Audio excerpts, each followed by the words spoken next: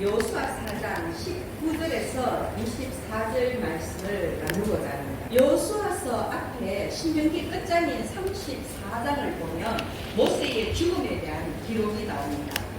하나님의 명령을 쫓아서 가나안 입성을 목표로 40년 광야 여정을 지휘한 모세였지만 모세는 정작 가나안에는 들어가지 못하고 느보 산에 올라서 가나안 땅을 바라보며 안타까운 죽음을 맞이하게 됩니다.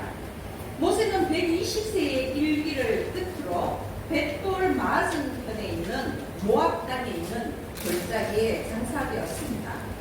모세가 죽고 나자 이제 하나님은 가나안 정복을 위해서 모세의 후계자로 여호수아를 세우셨습니다.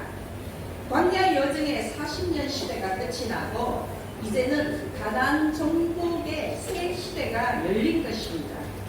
이 엄청난 과업을 앞두고 하나님은 여호수아에게 용기를 북돋워 주십니다. 가나안에서 발로 밟는 곳은 이스라엘 백성이 가나안으로 진입하여서 그들의 발로 밟는 모든 곳은 이스라엘에게 그들의 기업으로 주시겠노라고 약속을 하신 것입니다. 여호수아 1장 5절 6절 말씀을 보면 하나님께서 여호수아에게 이렇게 말씀하십니다.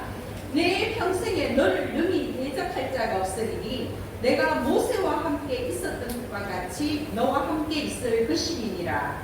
내가 너를 떠나지 아니하며 버리지 아니하리니 강하고 담대하라. 너는 내가 그들의 조상에게 맹세하여 그들에게 주리라 한 땅을 이 백성에게 차지하게 하리라. 하나님께서는 모세의 후계자로 여호수아를 세우시고 여호수아에게 하나님의 절대적인 명령이 가나안 정복을 시행하라고 말씀을 하신 것입니다.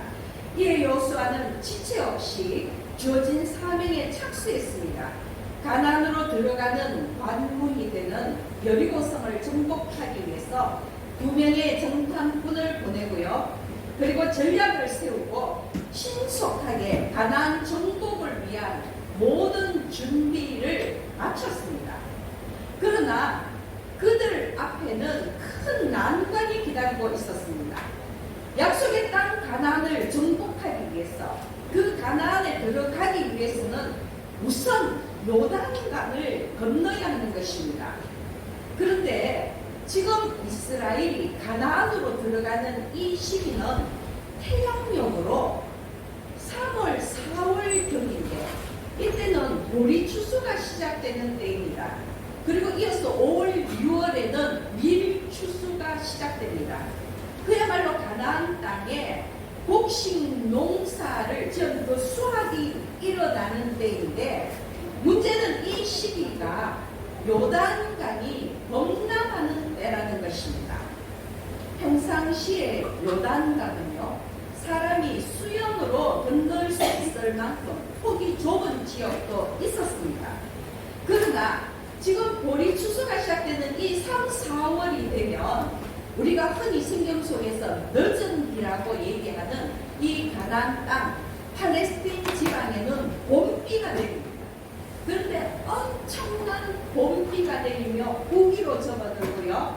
이뿐만이 아니라 헬몬 산에는 겨우 내내 얼었던 그 눈과 얼음이 녹아서 그 헬몬 산으로부터 흘러내리는 어마어마한 양의 물이 요단강으로 흘러들어가서 요단강이 범람을 한다는 것입니다. 이때가 되면요 요단강은 평소보다 더 깊고 더 넓어지고 그리고 강의 경사도 더 급격해지고 엄청난 이 센 물살이 있기 때문에 이 모든 것들을 이기며 헤엄쳐서 걷는다는 것은 불가능하다는 것입니다. 더구나 여자와 어린 아이들, 짐승과 많은 짐을 거느리고 무려 200만 명이 넘는 이 대인원이 맨몸으로 범람한 요단강을 건널 수 있는 방법은 없는 것입니다. 요단강을 건너가야 가나안 땅에 이르고 요단을 건너야 가나안 정복이 시작되는데 요단강을 건널 수가 없는 것입니다. 하나님께서는 가나안을 정복하라는 명령을 하셨는데 이것은 하나님의 명령인데 그런데 그 명령을 시행하고자 하니까 그들 앞에는 너무나도 거대한 난관인 요단강이 범람한 채로 떡하니 자리 잡고 있다는 것입니다. 가나안 정복은 분명히 하나님의 명령입니다. 이스라엘에 관한 하나님의 언약이 성취되는 것입니다. 그런데 이 난관이 웬 말입니까? 그런데 여러분, 하나님의 명령이기에 하나님이 시키신 일이기 때문에 아무런 장애나 난관이 없어야 한다고 생각하십니까? 장애나 압박 없이 오직 형통하기만 해야지 하나님이 하시는 일이라고 생각하십니까? 우리가 가는 그 모든 앞길에 그 어떤 장애도 그 어떤 불순물도 하나님께서 앞서가시면서 모든 것을 깨끗하게 제거해 주신다고 생각을 하십니까? 그래야지만 그것이 하나님의 언약의 증거라고 생각을 하십니까? 아닙니다, 여러분. 아니라는 것을 또한 우리는 그 누구보다도 잘 알고 있습니다. 이스라엘의 출애굽도 가나안 정복도 이것은 분명히 하나님의 명령이고 이미 그 결과는 정해져 있는 것이지만 중요한 것은 우리에게 중요한 것은 그 정해진 결과를 향해 가는 과정이라는 것입니다. 그 과정 속에서 우리가 부딪힐 수 없는 난관과 장애도 하나님의 뜻이라는 것을 믿으시기 바랍니다. 그 과정 속에서 더 성숙하고 더 성장하기 위해서 끊임없이 장애와 난관을 통과해야만 하는 것입니다. 출애굽 1세대들이 가나안 땅에 발을 들이지 못하고 광야에 묻힌 것은 광야 여정 속에서 가나안으로 가는 그 과정 속에서 그들에게 불어닥친 장애와 난관을 극복하지 못했기 때문입니다. 아무나 가나안 땅을 밟을 수 있는 것은 아닙니다. 누구나 천국에 들어갈 수 있는 것은 아닙니다. 신앙의 과정을 잘 견디고 이긴 자들만이 천국 문에 들어설 수 있는 것입니다. 그리고 하나님이 명령하시고 약속하신 일 속에서 우리가 맞닥뜨릴 수밖에 없는 환난과 고통은 하나님께서 우리에게 허락하신 연단의 도구라는 것을 분명히 기억하시기 바랍니다. 그러므로 하나님께서 약속하신 일이기에 하나님의 명령이기에 그 어떤 장애나 난관이 없어야 되는 것이 아니라 오히려 신앙 여정 속에서 겪고 있는 이 환난과 고통이 오히려 하나님의 일이라는 증거라고 믿으시기를 바랍니다. 하나님께서는 여호수아에게 가나안 정복의 대과업을 맡기시면서 반복하신 말씀이 있습니다. 강하고 담대하라. 내가 너와 함께 하리라. 강하고 담대하라. 내가 너와 함께 하리라. 하나님은 이 말씀을 여호수아에게 반복하셨습니다. 가나안 정복의 그 길이 순탄치 않음을 아시기에 강하고 담대하라고 용기를 북돋워 주신 것입니다. 그런데 여러분, 앞서 말씀을 드린 것처럼 강하고 담대한 마음으로 가나안을 향해 가는데 가나안 정복을 앞두고 여호수아와 이스라엘 백성들은 요단강을 건너야 하는 큰 난관에 부딪혔다는 것입니다. 200만 명이 넘는 인원들이 짐승과 짐까지 그늘인 채 범람한 요단강을 건널 수 있는 방법은 없다는 것입니다. 그래서 어떻게 되었습니까? 그래서 하나님이 하셨다는 것입니다. 사람이 할 수 있는 방법이 없었기 때문에 하나님이 하셨습니다. 하나님께서 초자연적인 권능으로 흐르는 요단강 물을 멈추게 하셨습니다. 다시 한번 말씀을 드리지만 사람이 할 수 수 없는 것은 하나님이 하십니다. 그것이 하나님의 방법입니다. 우리가 할 수 있는 것은 우리가 하고, 우리가 할 수 없는 것은 하나님께서 도우시는 것, 그것이 하나님의 방법이라는 것입니다. 도저히 우리가 할 수 없을 때, 아무리 애써도 안 될 때, 불가능에 절망할 때 하나님이 우리와 함께 하시는 것입니다. 하나님이 도우시는 것입니다.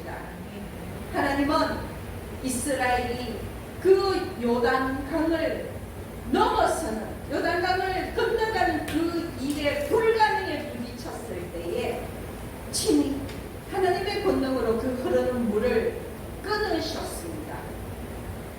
과거를 생각해 보십시오. 출애굽한 이스라엘이 홍해라는 절망에 맞닥뜨려서 좌절했을 때, 이제는 죽음밖에 없다고 절망했을 때 하나님은 그 홍해의 물을 가르셨습니다. 사람의 힘으로 어찌할 수 없었을 때 하나님의 권능이 나타났습니다. 여러분, 그래서 우리가 주께로 가는 길을 멈추지만 않는다면, 되돌아서지만 않는다면 우리는 반드시 이 길의 끝에서 사랑하는 주님을 만날 수 있는 것입니다. 우리가 힘에 겨워 지쳐 쓰러질 때 하나님께서 우리를 일으켜 주시기 때문입니다. 말씀 속에서 이스라엘은 어떻게 요단을 건넜습니까? 그 범람한 요단강, 금방이라도 사람과 짐승을 삼킬 듯한 그 요단강을 하나님이 먼저 건너셨습니다. 하나님의 언약궤를 맨 제사장들이 먼저 요단강에 들어서자 위에서 흘러내리던 요단강물이 끊어져서 한 곳에 벽처럼 쌓여서 있었다고 성경은 기록하고 있습니다. 언약궤를 맨, 이 언약궤는 하나님을 상징하지 않습니까? 언약궤를 맨 제사장들이 앞서고 백성들이 그 뒤를 따랐습니다. 그리고 하나님의 언약궤를 맨 제사장들이 요단강 한가운데 그 마른 땅에 굳게 섰을 때에 이스라엘의 모든 백성들은 요단강을 건너가는 것입니다. 이스라엘의 모든 백성들이 요단을 건너고 요단 가운데 섰던 그 제사장들이 요단에서 나오며 말씀을 보면 그대로 되어 있습니다. 제사장들이 요단에서 나오며 그 발바닥으로 육지를 밟는 동시에 끊어졌던 요단물, 한쪽에 벽처럼 쌓여있던 그 요단물이 다시 흘러서 예전과 같이 범람하게 되었다는 것입니다. 그리고 하나님은 제사장들이 요단 가운데에 섰을 때 제사장들의 발이 굳게 선 그곳에서 돌 12를 택하여서 이스라엘 백성들이 요단을 건넌 후에 그들이 유숙할 곳에 두게 하셨습니다. 그들이 유숙한 곳은 어디입니까? 요단강을 건너자마자 이스라엘 백성들이 진을 친 곳, 그러니까 가나안 땅의 가장 초입은 길갈입니다. 그 길갈에 요단에서 가져온, 그 요단강에서 주워온 그 12개의 돌을 하나님의 명령대로 기념비로 세운 것입니다. 하나님께서 길갈 땅에 요단에서 가져온 12개의 돌로 기념비를 세우신 이유가 무엇입니까? 그 이유가 오늘 우리가 읽은 본문 말씀에 잘 나와 있습니다. 훗날 이스라엘의 자손들이 그 길갈에 12개의 돌을 보고 그들의 아버지에게 이 돌들이 무슨 뜻이냐고 묻는다면 이스라엘은요, 가정교육입니다. 신앙교육도 가정에서 이루어집니다. 그 아버지가 그 가정의 제사장이 되어서 그 아들들에게 하나님의 신앙을 전수하는 것입니다. 그래서 그 아들들이 아버지에게, 아버지, 이 돌들이, 이 12개의 돌은 무슨 뜻입니까? 왜 여기 세웠습니까? 라고 묻는다면 하나님이 친히 이렇게 답하라고 가르치십니다. 23절과 24절을 보십시오.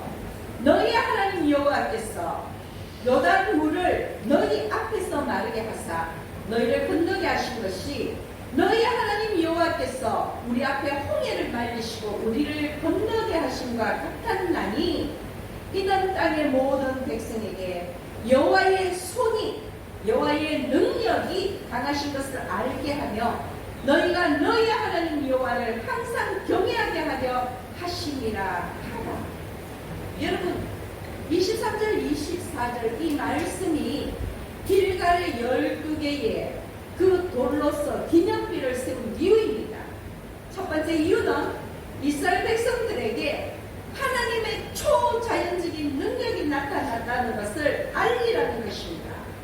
하나님이 이스라엘과 함께 하심으로 인해서 요단강과 같은 그런 거대한 장애물도 해결하셨다는 것을 그 길갈에 세운 12개의 돌로 증거를 삼으신 것입니다.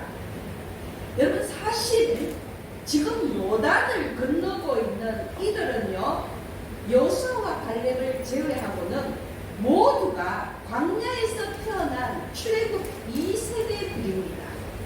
출애굽 1세대가 아니라 그들의 자손들이 출애굽 2세대라는 것입니다. 이것은 무슨 말씀이냐면 그렇기 때문에 그들은 애굽을 탈출할 때에 하나님께서 홍해를 갈라주셨지요. 앞에는 홍해가 가로막고 있고 뒤에는 애굽의 병사들이 뒤쫓고 있는 그런 사변 초가의 상황 속에서 하나님이 이스라엘을 위해서 홍해를 가르셨는데 이 출애굽 2세대들은 홍해가 갈라지는 그 기적을 체험하지 못한 세대들이라는 것입니다. 감이 오십니까 여러분? 이 출애굽 2세대들은 그 기적을 체험한 윗세대로부터 전해 들었을 뿐입니다. 그런 기적이 있었다는 40년 전에 그런 기적을 하나님께서 행하셨다는 것을 전해 들었을 뿐입니다. 그러나 이제 출애굽 2세대들도 요단강 도하를 통해서 요단강을 건너감으로 인해서 홍해 사건을 더 직접적으로 받아들일 수 있게 되었다는 것입니다. 내가 귀로만 들었더니 이제 나의 눈으로 보고 체험하게 되었다는 것입니다. 여러분 하나님이 이스라엘과 함께 하셨던 그 기적의 순간들 말로만 듣던 그 홍해를 건너간 그 기적의 순간들을 이제 요단을 건너므로 인해서 직접 눈으로 확인하고 그들도 분명히 그들의 자녀와 후손들에게 증명할 수 있게 된 것입니다. 내가 들었던 이야기가 아니야. 내가 직접 보았던 사실이야. 내가 직접 체험한 거야. 하나님의 권능이 임하였어. 그 범람한 요단 강물이 끊어져 버렸어. 우리는 마른 땅을 건넜어. 내가 직접 보고 체험한 그것을 내 자녀에게 전할 수 있게 되었다는 것입니다. 내가 증거가 되었다는 것입니다. 이스라엘의 그 자녀들의 신앙 교육을 위해서 여호와 신앙을 전성하기 위해서 하나님은 요단강 도하에 그 기적을 직접 체험하게 하시고 그리고 길갈에 12개의 돌로서 기념비를 세우게 하신 것입니다. 그것이 길갈에 12돌을 세운 첫 번째 이유입니다. 두 번째 이유는 땅의 모든 백성들, 온 세상 사람들이 하나님의 권능 앞에 무릎을 꿇고 여호와 하나님을 경외하게 하기 위함입니다. 세상의 모든 사람들이 길갈의 12돌을 볼 때마다 이것은 하나님께서 기적으로 요단강을 건너게 하신 그 증거라는 것을 알고 하나님의 그 역사를 깨닫게 된다는 것입니다. 하나님의 그 전능하심을 깨닫고 하나님을 경외하게 된다는 것입니다. 하나님은 이스라엘의 하나님이시지만 이스라엘만의 하나님은 아니시라는 것입니다. 하나님은 온 세상의 하나님이시기에 열방 모든 민족에게 그들이 영원히 기억하게 할 하나님의 역사의 기념비를 세우신 것입니다. 그것이 길갈 길갈의 12돌이 의미하는 것입니다. 누구나 그 기념비를 볼 때마다 하나님의 구속사를 떠올리게 하기 위함인 것입니다. 또한 여러분, 오늘 제가 여러분에게 강조하고 싶은 것은 이스라엘이 요단강을 건넌 시점입니다. 오늘 우리가 읽은 본문 말씀 4장 19절을 보면 어떻게 기록이 되어 있느냐 하면 첫째 달 10일에 백성이 요단에서 올라와 여리고 동쪽 경계 길갈에 진침해, 이렇게 분명히 말씀이 기록되어 있습니다. 여러분, 첫째 달 10일은 유대력으로 아비볼 10일입니다. 여러분, 아비볼 10일이 무엇을 의미합니까? 40년 전에, 이들이 요단을 건너기 40년 전에 이스라엘이 6월절 어린 양을 잡아서 문설주와 인방에 어린 양의 피를 뿌리고 출애굽을 준비한 날이라는 것입니다. 여러분, 정말 기가 막히지 않습니까? 그때가 첫 번째 6월절입니다. 40년 전 출애굽할 때에 그 바로가 이들을 놓아주지 않자 하나님이 마지막 재앙을 내리신 것이 그 애굽에 있는 모든 장자, 사람은 물론 짐승의 장자까지도 죽이는 재앙이었습니다. 그때 이스라엘을 구원하기 위해서 어린 양을 잡아 문설주와 문인방에 그 어린 양의 피를 뿌리고, 여러분, 그래서 하나님의 손이, 하나님의 심판의 손이 이스라엘 집을 넘어간 그 6월절, 그 첫 번째 6월절이 40년 전 아비볼 10일에 있었다는 것입니다. 그런데 지금 40년 후에 첫째 달 10일에 요단을 건넌 후에 이들이 길갈에 기념비를 세우고요. 여기서 무엇을 했습니까? 거기에 이어지는 말씀을 보면 이 출애굽 2세대들이 할례를 시행했습니다. 하나님의 언약의 자손이라는 그 할례를 시행하고요. 그들은 여기서 세 번째 6월절을 지냈다는 것입니다. 기록에 보면 두 번째 6월절은요, 38년 전, 그러니까 이들이 출애굽한 후 2년 후에 시내산에서, 여러분, 그들은 두 번째 6월절을 지냈고요.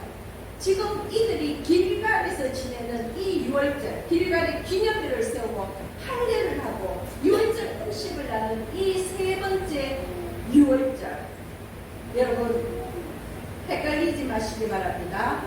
출애굽할 때는 첫 번째 6월절, 2년 후 시내산에서는 두 번째 6월절, 그리고 38년 후에 지금 길갈에서는 세 번째 6월절인데 이 시간을 확 적어버리십시오. 첫 번째 6월절과 세 번째 이 길갈에서의 이 6월절이 날짜가 같다는 것입니다. 여러분, 마치 출애굽 당시와 지금 가나안 땅에 들어선 때가 동시에 일어난 것 같은 착각이 되지 않습니까? 만약에 출애굽 그 6월절과 길갈에 들어오는 이 시간을 접어버린다면 이 일은요, 그 첫 번째 6월절이 그대로 진행되고 있는 것 같은, 40년 세월을 건너뛴 것 같은 그런 착각이 든다는 것입니다.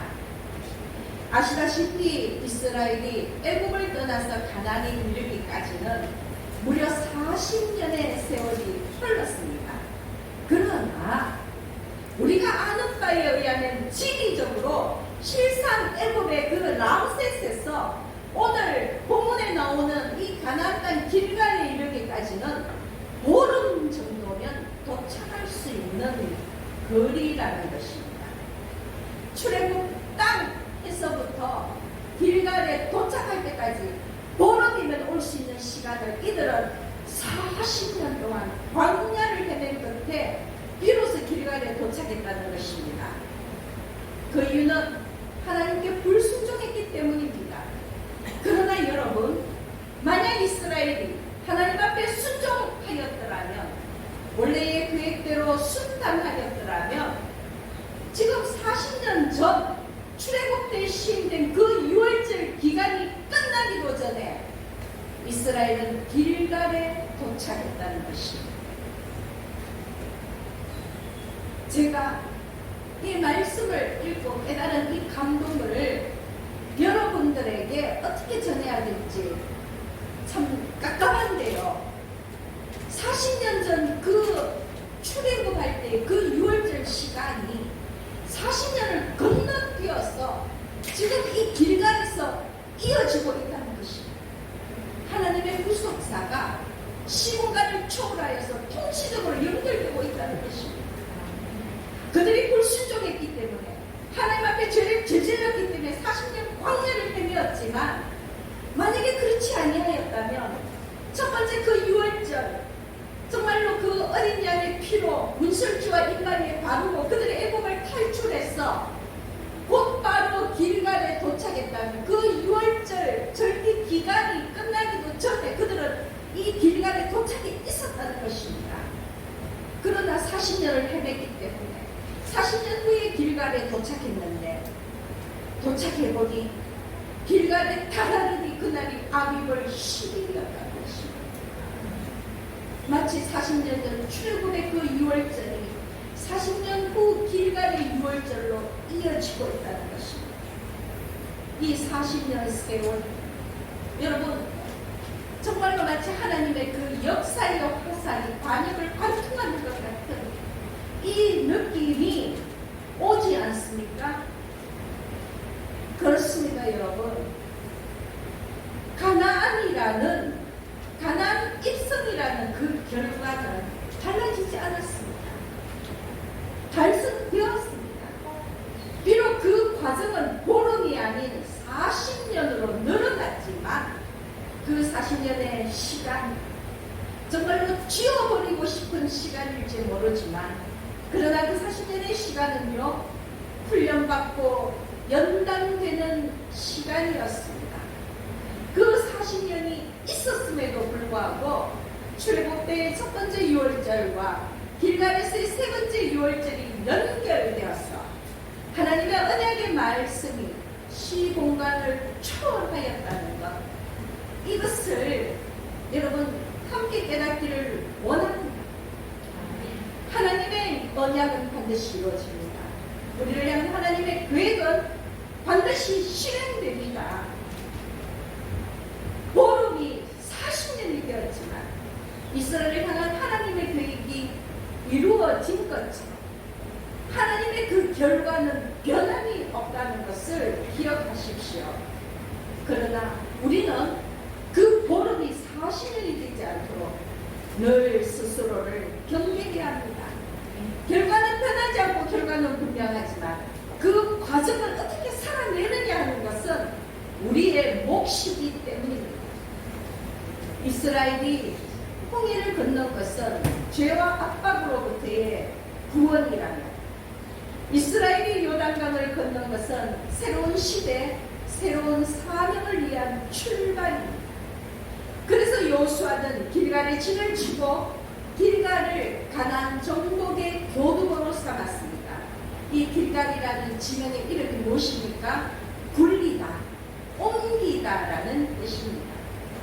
길갈은 출애굽 2세대들이 할례를 모두 마친 뒤에 지어진 이름입니다.